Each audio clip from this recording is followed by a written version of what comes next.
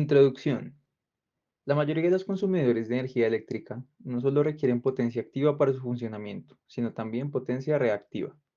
En la mayoría de los casos, esta es una potencia reactiva inductiva necesaria para crear campos magnéticos que son requeridos en todo tipo de motores eléctricos o cargas inductivas de los aparatos electrónicos.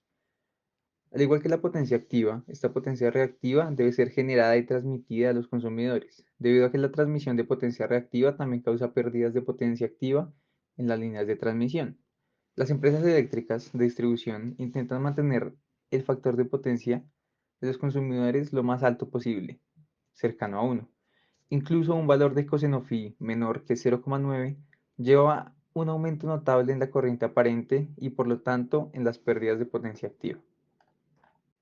Existen diferentes métodos de compensación de potencia reactiva. El que vamos a utilizar para nuestro laboratorio es la compensación de potencia reactiva en paralelo. Esta se realiza mediante la conexión en paralelo de una capacitancia, la cual permite mejorar el factor de potencia del consumidor que tenga una carga óhmico-inductiva. La corriente reactiva capacitiva del capacitor compensa el componente inductivo de la corriente del consumidor. El método de la compensación de potencia reactiva por conexión paralela se puede entender de mejor manera observando los siguientes gráficos. En el primero tenemos el diagrama de conexión, donde C es la capacitancia que se conecta en paralelo de nuestra carga Z.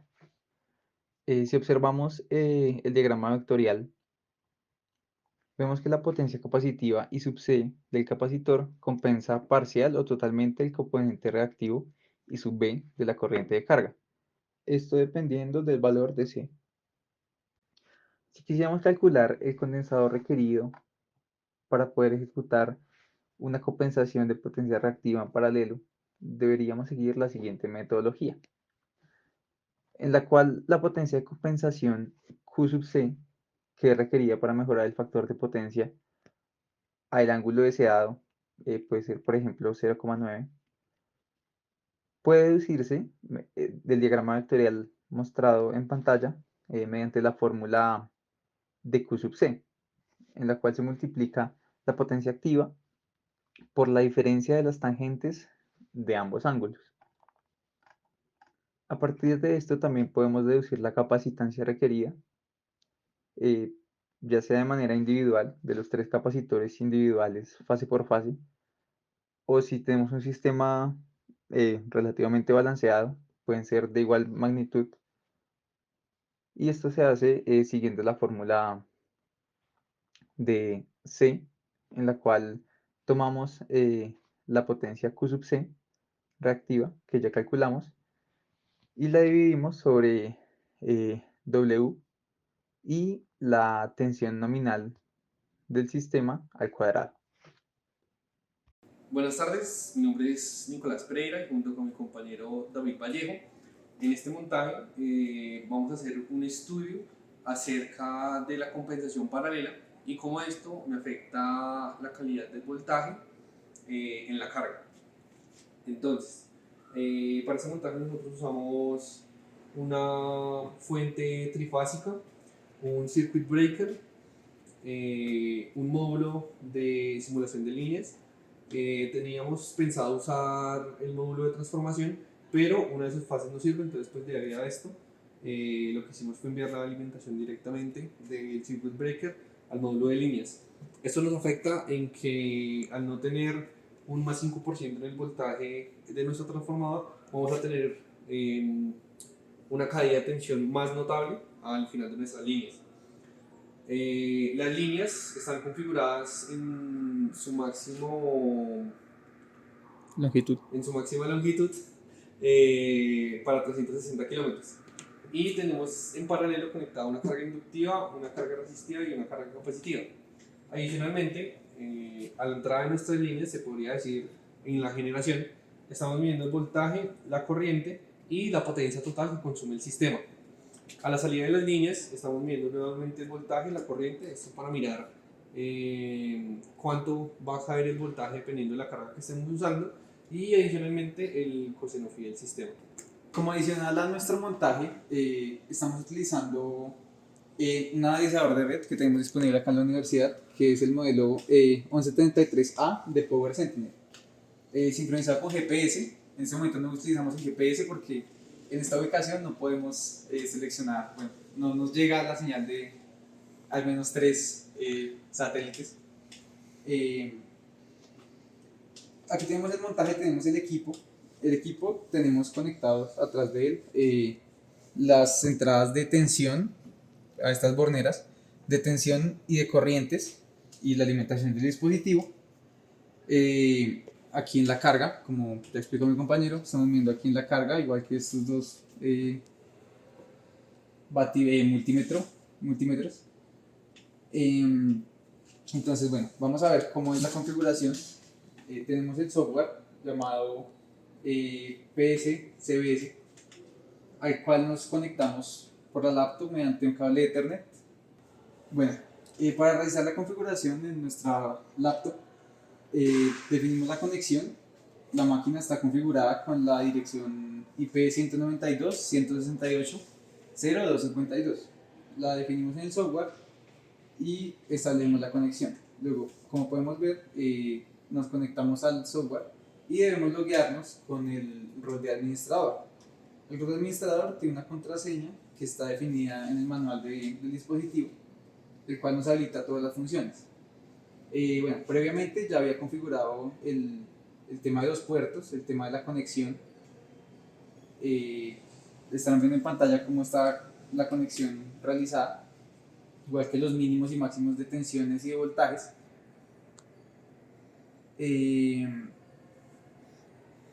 Luego vamos a usar el gráfico de PMU1, que ya lo tengo creado, en el cual nos va a mostrar la forma de onda de nuestro sistema. Aquí, pues, como no estamos inyectando tensiones, nos da un poco loca la gráfica, pero ya en un momento vamos a poderla ver.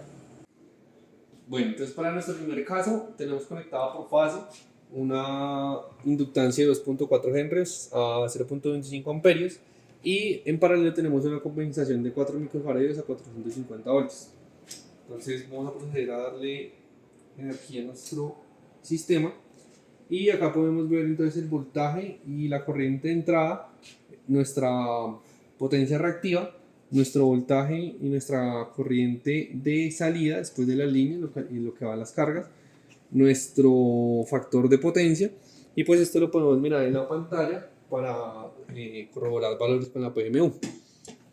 Ahora lo que vamos a hacer es comenzar a disminuir nuestra carga resistiva para ver cómo a medida que la vamos disminuyendo va a mejorar tanto el factor de potencia como la regulación de voltaje. Entonces a un 90%, 80, 70, y acá en el factor de potencia podemos ver cómo se va a ir acercando a 1. Entonces 50, 40 y 20. Listo. Lo máximo que se puede llevar es al 20% a una salida de 1 amperio. Esto debido a que el módulo de las líneas llega hasta 1 amperio. De hecho, en la entrada tenemos 1.1 amperios. Esto quiere decir que ya estamos sobrecargando un poco el módulo. Pero, como podemos observar en los valores en nuestros medidores análogos, tanto como en la PMU, nuestra regulación de voltaje mejoró demasiado, ya que el voltaje entre las líneas, su gap se ha disminuido bastante, y nuestro factor de potencia en todas las líneas está en 0.99. Ok, continuamos con nuestro caso número 2 de estudio. Voy a cerrar el circuit breaker para alimentar. En este caso tenemos una carga inductiva de 1.2 henrios y una carga capacitiva de 8 microfaradios. Vamos a hacer el mismo procedimiento en el que vamos a empezar a variar nuestra carga resistiva de un 100 a un 20% aproximadamente. Y vamos a ver en el software cómo empezamos a corregir nuestro factor de potencia. 100%, 80%, 60%, 40% y no lo voy a subir mucho más, 30%. No podemos subir más por lo que explicamos de la capacidad del módulo de transmisión, pero si subiéramos más, podríamos ver cómo se mejora aún más el factor de potencia.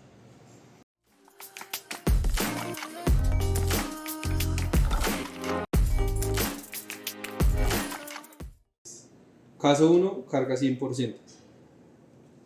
¿Listo?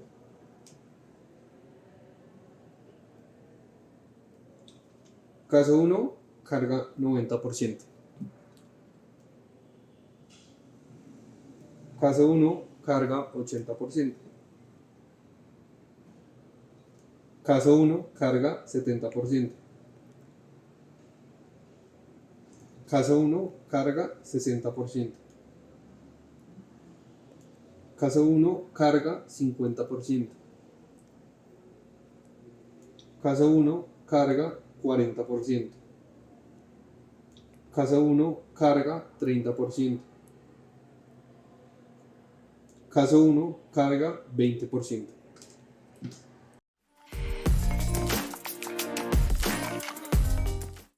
¿100%? ¿80%? ¿60%? ¿40%? ¿30%? Análisis de resultados. Comportamiento de la frecuencia. Respecto del comportamiento de la frecuencia, podemos observar que se mantiene dentro de límites admisibles de operación.